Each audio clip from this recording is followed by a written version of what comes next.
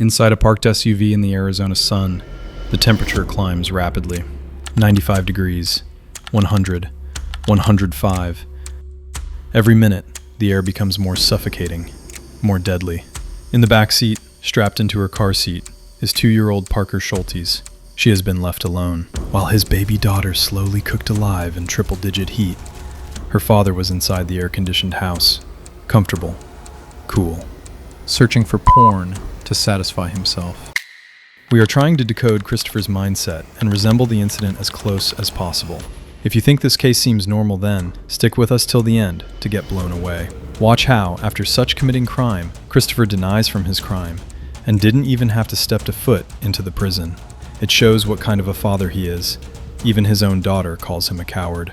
At the end, karma hits back. Marana, Arizona, an affluent suburb northwest of Tucson, where million-dollar homes dot the desert landscape and families live the American dream. On the surface, Christopher and Erica Schultes seem to have it all. Erica was a successful anesthesiologist, a doctor who held lives in her hands every single day at work. Christopher? He stayed home with their 3 daughters. The family traveled constantly. Canada, Mexico, Europe, ski resorts, beach getaways, Instagram-perfect moments. But behind the filtered photos and vacation selfies, there was a darkness growing, a pattern of negligence, of addiction, of a father who couldn't be trusted alone with his own children. And on July 9th, 2024, that darkness would turn fatal. It wasn't first time. People have witnessed Christopher's carelessness. Neighbors have frequently seen children wandering streets unsupervised, toddler running outside in Arizona heat, only wearing a diaper. Even on Halloween, child went missing while Christopher stayed inside playing video games. And this is not even the first time kids got left inside the car. The neighbors used to give a suspicious look towards him. These are the messages between Erica and Christopher. He's been constantly putting his daughter's life into danger. 138 miles per hour, intoxicated, and an infant. For 3 years, it's been a constant negligence. Not just a negligence, but a death wish. July 9th starts like any other day for Christopher Schultes. 2 of his daughters are at a trampoline park with a neighbor. Only Parker, the 2-year-old, is with him. The temperature is already climbing toward 111 degrees Fahrenheit. It's the kind of heat that kills, and everyone in Arizona knows it. Christopher loads Parker into the SUV. He has errands to run, but these aren't just errands. They're a window into his priorities. Christopher pulls into a convenience store. He gets out of the SUV. He leaves Parker inside. Security footage shows him walking straight to the beer cooler. He grabs multiple cans, walks into the bathroom, and comes out with fewer cans than he went in with. He didn't pay for them. He stole them. While his 2-year-old daughter sat alone in a car in 110-degree heat, Christopher Schultes was shoplifting beer so he could start drinking earlier. Duration in vehicle, 3 to 5 minutes. Not long, but long enough for the car to start heating up. 12:40 p.m., second stop, grocery store. Half an hour later, Christopher makes another stop. Again, he leaves Parker in the vehicle. Again, he goes straight for the alcohol. This time he buys food, but security footage shows him shoplifting more beer. Duration in vehicle, 7 minutes. The temperature inside that SUV, now climbing past 100 degrees. 12:53 p.m. Arrival, home. Slow, deliberate delivery. At 12:53 p.m., neighbor surveillance cameras capture Christopher's SUV pulling into his driveway. His 2 older daughters climb out. They head inside the air-conditioned house. Christopher follows them, and he never goes back to the car. Parker is still strapped in her car seat, in direct sunlight, in 111-degree heat, and her father has forgotten she exists. Let's talk about what happens inside a car in Arizona summer heat. Within 10 minutes, the interior temperature rises 20 degrees. Within 30 minutes, it can reach 120 degrees. Within 1 hour, it becomes a death trap. A child's body temperature rises 3 to 5 times faster than an adult's. Heat stroke begins at 104 degrees internal body temperature. At 107 degrees, cells begin to die. Brain damage becomes inevitable. 1 p.m., 1:30 p.m., 2 p.m. Parker is still in that car. So what is Christopher doing? Police would later analyze Christopher's phone and computer activity for that afternoon. Here's what they found. Christopher Schultes' activity, July 9, 2024. 1 p.m., 4 p.m. Text messages to Erica about vacation planning, online shopping, extended time browsing pornographic websites, social media scrolling, video game activity. Let me repeat that. While Parker was dying in a superheated vehicle 30 feet from where he sat, Christopher Schultz was comfortable inside, air conditioning running, watching pornography on the internet. Let the gravity sink in. Not working, not caring for his children, satisfying himself. He wasn't panicked. He wasn't searching for Parker. He wasn't checking on her because he had completely forgotten she existed. 3:53 p.m., 3 full hours had passed. And then, Erica texted saying she was heading home from work. 4:08 p.m., Erica arrives home. When Erica pulled into the driveway at 4:08 p.m., Christopher was still inside. According to later police testimony, they began looking for Parker inside the house, room to room, calling her name. And then, Christopher remembered. She's not breathing! At 4:20 p.m., Erica called 911. The location of your... 911, please. What's the address? What's going on? My baby was in the car. She's not responsive. Okay, hold on. I'm going to transfer you to medical dispatch. Just stay on the line. Oh my God. What are you reporting? She was in the car sleeping. She's unresponsive. Okay. And who is she? Please. My daughter.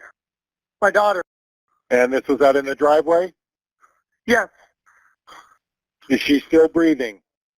No, she's not breathing right now. Okay, we need to start CPR right now. Yes, we are. We're starting CPR, yes. The help is on the way to you. I need to hear CPR. I need them to count it out for me. 1, 2, 3, 1, 2, 4. 3. But my wife's a doctor. She's home. Okay. Oh my God.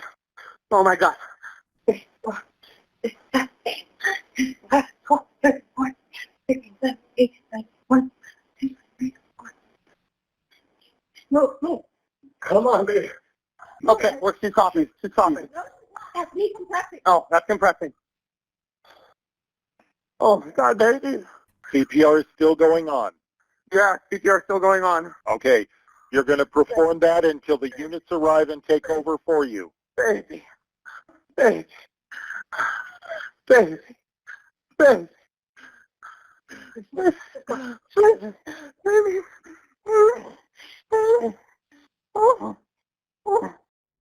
Parker had been in that vehicle for 3 hours and 27 minutes. When they pulled her from the car, her body was limp, unresponsive. Her internal temperature had reached lethal levels. Paramedics arrived within minutes. The car's been on. She was left in the car enough for 45 minutes, but it was said it was on. Was the air conditioning on? Yes. But I guess it turned off, right? Is it out front here? Yes.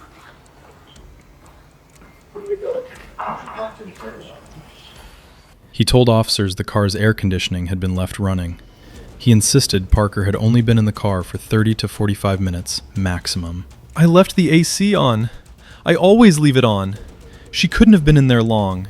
But here's the problem with that story. The SUV had an automatic shutoff feature that turned the engine off after 30 minutes of idling.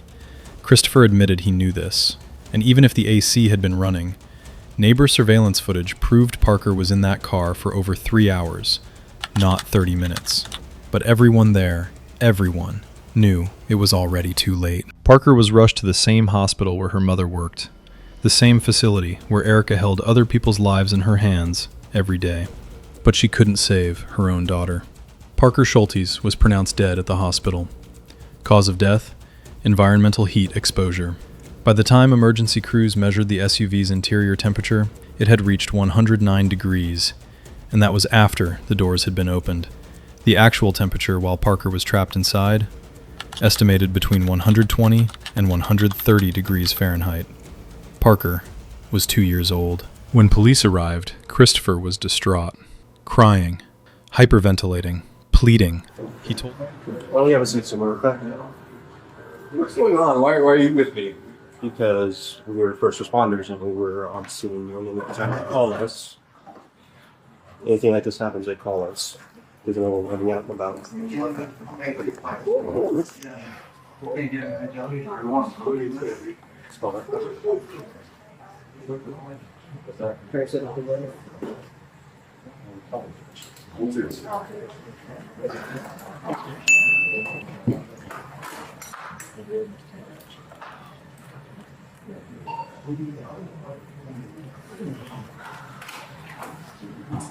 Anything?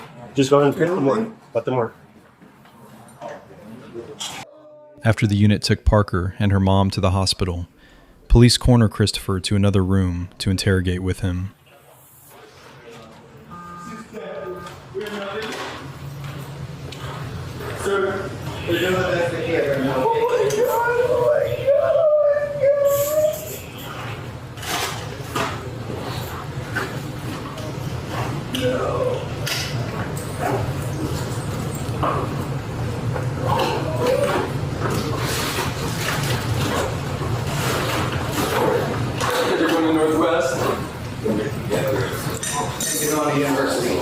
Yeah, they're going to Banner right now.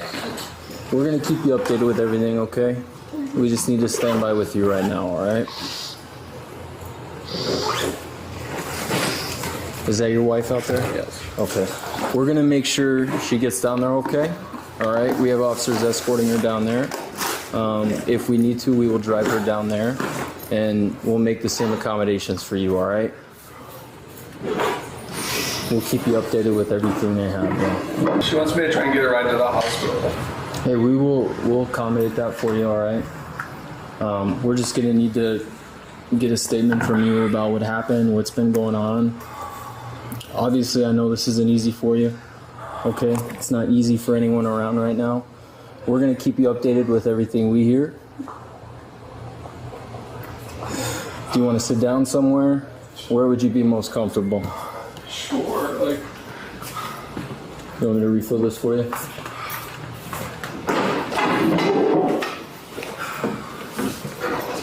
Can I sit? Is that all right? Then the officer slammed Christopher by asking the obvious question. Why the car was parked on the driveway, right under the sun, and why not inside the garage? I'm sorry this is all going on. We always park that car in the garage usually, but I just got a Peloton recently, and the Peloton is in the garage now, so that's why it's not even in the garage. But And how long was she sleeping in the car out there? I want to say it was no more than 30, 45 minutes, and I don't think their air was off that entire time. I think there was a time in between. I had checked on her last, it was still running, she was still sleeping, and then when I went back out, the car was off. As Christopher is trying to go to the hospital, but the officer are trying to stand by with him and extract more information. Just to let you know, I don't want to feel like we're intruding, but we're gonna have to stand by with you for a while. All right. Is there a reason why? So any death, we have to treat like a crime scene. I know this is extremely difficult for you. This is a normal process that we have to follow through with.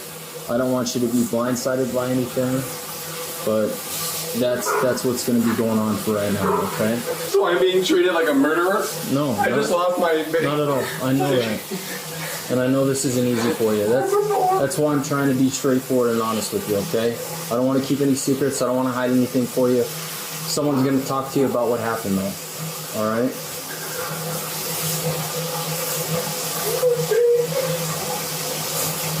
We will keep you updated with everything. My whole family's gonna be ruined. We'll be all right. So we can't let you do that right now. We have to stand by with you. Okay? As soon as you can, we will let you You know. can stay in the room if you want, but I'm gonna talk. I know this isn't easy for you, but the quicker we get this done and finished up, the sooner you can be with your wife. All right? I'm We trying need to stand rinse by off with you. so I can go to the I know, hospital but to be with my wife. we're not going to shower or anything right now. You need to stand by with us. I don't understand why. Okay? Christopher Schultes wasn't just negligent, he was lying to cover his tracks. 3 days after Parker's death, on July 12th, police arrested Christopher Schultes. He was initially charged with second-degree murder and child abuse. As officers read him his rights, Christopher collapsed, sobbing, exhaled sharply, hyperventilating. So remember how we talked about the investigation and things that would transpire? Okay. And I told you I'm always going to tell you guys the truth. There's no there's no secrets here, right? So based off of our investigation at this point, right, we have determined that there's probable cause to go ahead and charge you for what happened. Okay. It's coming up here, Christopher. No. It's okay. It's okay. No. Okay. So No. listen. No. Listen. Okay. This doesn't change. This doesn't change what's going on. Okay. What happens at this point? It's simple. Okay. What happens at this point is you are going to be taken into custody. All right, and you will be booked.